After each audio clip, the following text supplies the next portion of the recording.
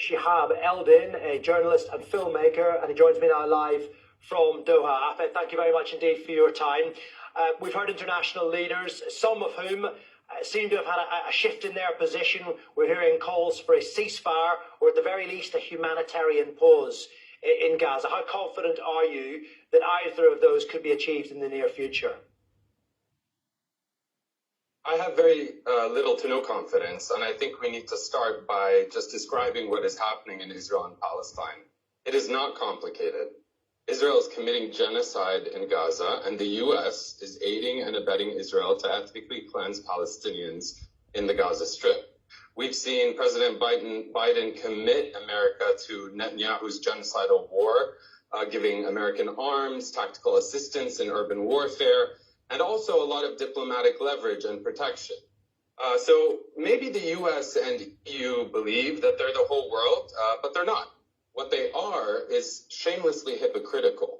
And quite frankly, if the Arab leaders let this genocide continue, then shame on us too. Shame on us for not learning from history, for ignoring the occupation and Israel's apartheid regime for so many decades, and for allowing this stain to deepen on humanity's conscience. And I'll tell you why I have no faith in the international community.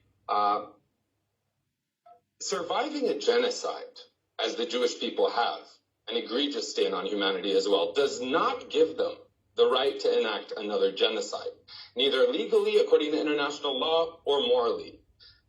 Zionism as it exists today is an ethnically cleansed group of people ethnically cleansing another group of people. And we've seen, as I'm sure you have, Israeli leaders paraded on mainstream TV networks saying things like verbatim, there are no innocent civilians in Gaza because they voted for Hamas to lead them in the resistance, and so that makes them all targets. We've seen Israel's president yesterday say they're operating under the rules of international law. Well, I'd love to read this rule book because it's clear that when he goes on to say that an entire nation is responsible, that not only makes these innocent civilians targets, and he's trying to justify the unjustifiable, but according to that argument, then, that would mean that Israeli citizens and civilians who democratically elected the corrupt leader Benjamin Netanyahu and other Israeli leaders who are self-proclaimed fascists, who have now for 2 weeks been calling for genocide and for much longer, would make all those Israeli civilians justifiable targets in war. I don't know if you saw earlier this week when asked on Sky News, the Israeli ambassador to the UK said there's no humanitarian crisis in Gaza. Repeatedly, she repeated to the journalist that there is not only no humanitarian crisis, but that the civilians in Gaza are viable targets. How have we gotten to this point?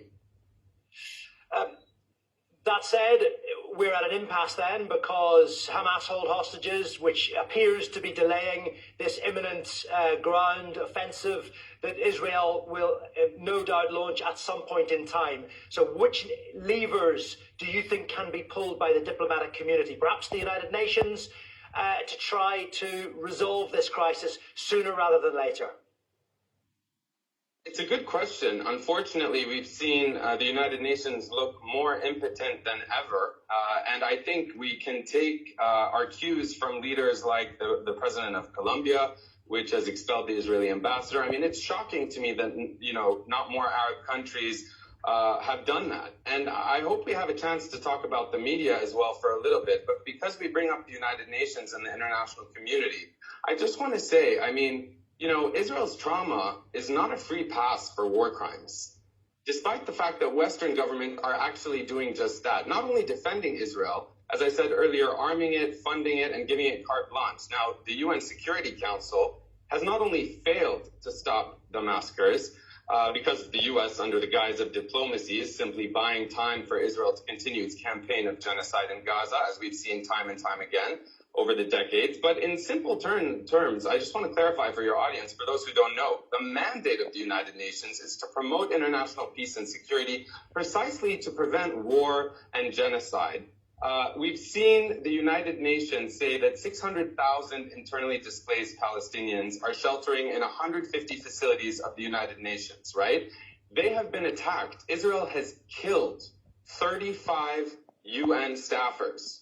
And yet, we are now seeing Israel's representative to the UN attack the Secretary General for quoting international law, which explicitly states that a massacre doesn't justify a massacre, and for saying that Israel, and just one thing, rather than the UN, put punitive measures on Israel or hold it accountable or try to enforce any of its weight or gravity, it was somehow Israel that punished the UN after the meeting by canceling visas for UN staff members.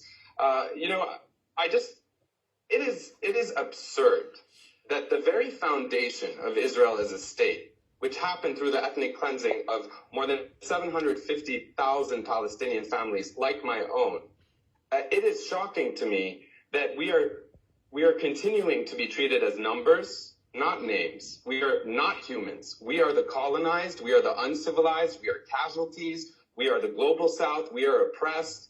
And I think the media is as culpable as these Western leaders that are criminalizing any human being in these Western so-called progressive states that espouse and talk about being the beacon of light and liberty, and yet they're criminalizing human beings who are standing with other human beings who are being slaughtered in a genocide. And when people hear the word genocide and they feel uncomfortable or they feel like it's inaccurate, go look up what the word genocide means. It is exactly what Israel's doing in Gaza.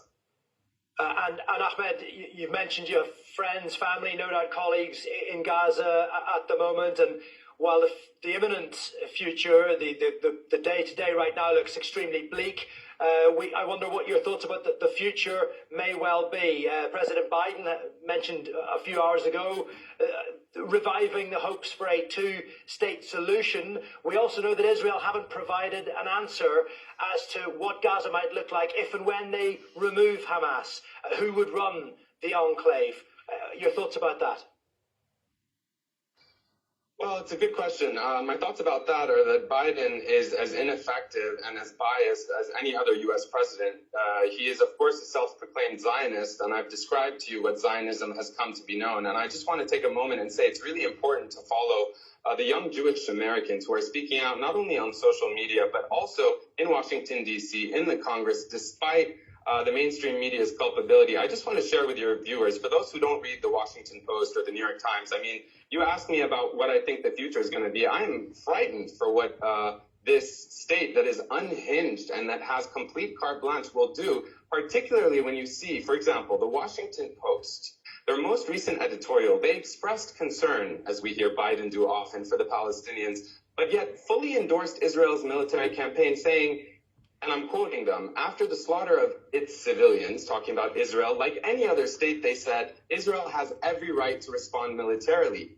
Well, for the mainstream media, Israel can respond militarily to Palestinian forces like Hamas that are killing Israelis, but Palestinians don't have the same right, even after 75 years of ethnic cleansing, even under apartheid.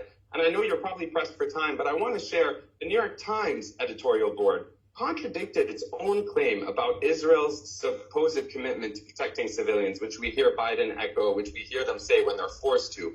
And yet, Israel's defense minister, Yoav Gallant, called Palestinians human animals, which the New York Times tried to rationalize by saying, instead of holding him accountable, which is the tenet of journalism, it's the whole purpose of journalism, to hold the powerful to account, the New York Times rationalized it by saying that the comment was made in an atmosphere of intense emotion. We've seen the president of Israel say it is an entire nation out there that's responsible. Even as Israel issues any commitment to protecting civilians, the New York Times has repeatedly contrasted the Israeli military's policy favorably with that of the Palestinian resistance forces. And they said something which I think is really damning, just as we saw the New York Times and many other mainstream news organizations when the 85-year-old hostage, which, by the way, she is older than the state of Israel, when she was interviewed at the hospital after being released, if I can just finish this point, after she said salam or peace to her captor, she went on to say they were treated with respect, that they were, eating the same food as the captors. She said that they were given medicine, that she blamed the Israeli government for abandoning them, and none of that was apparent in any of the mainstream media's coverage. The Israeli media are, of course, losing their minds because that footage alone directly disrupts and challenges their well-funded and decades-long effort to dehumanize Palestinians to the point that it can justify genocide on the international stage in 2023. Ahmed, I can say with confidence that those comments were covered in this country, here in the UK, as was the fact that her husband remains in captivity. So it is a complicated picture, and we really appreciate you joining us. I appreciate you saying that. We really have to wrap it up, Ahmed. Okay, sure, no worries. I apologize, we are really out of time, and we have other contributors. I appreciate it. Okay, listen, thanks for coming on the News Hour.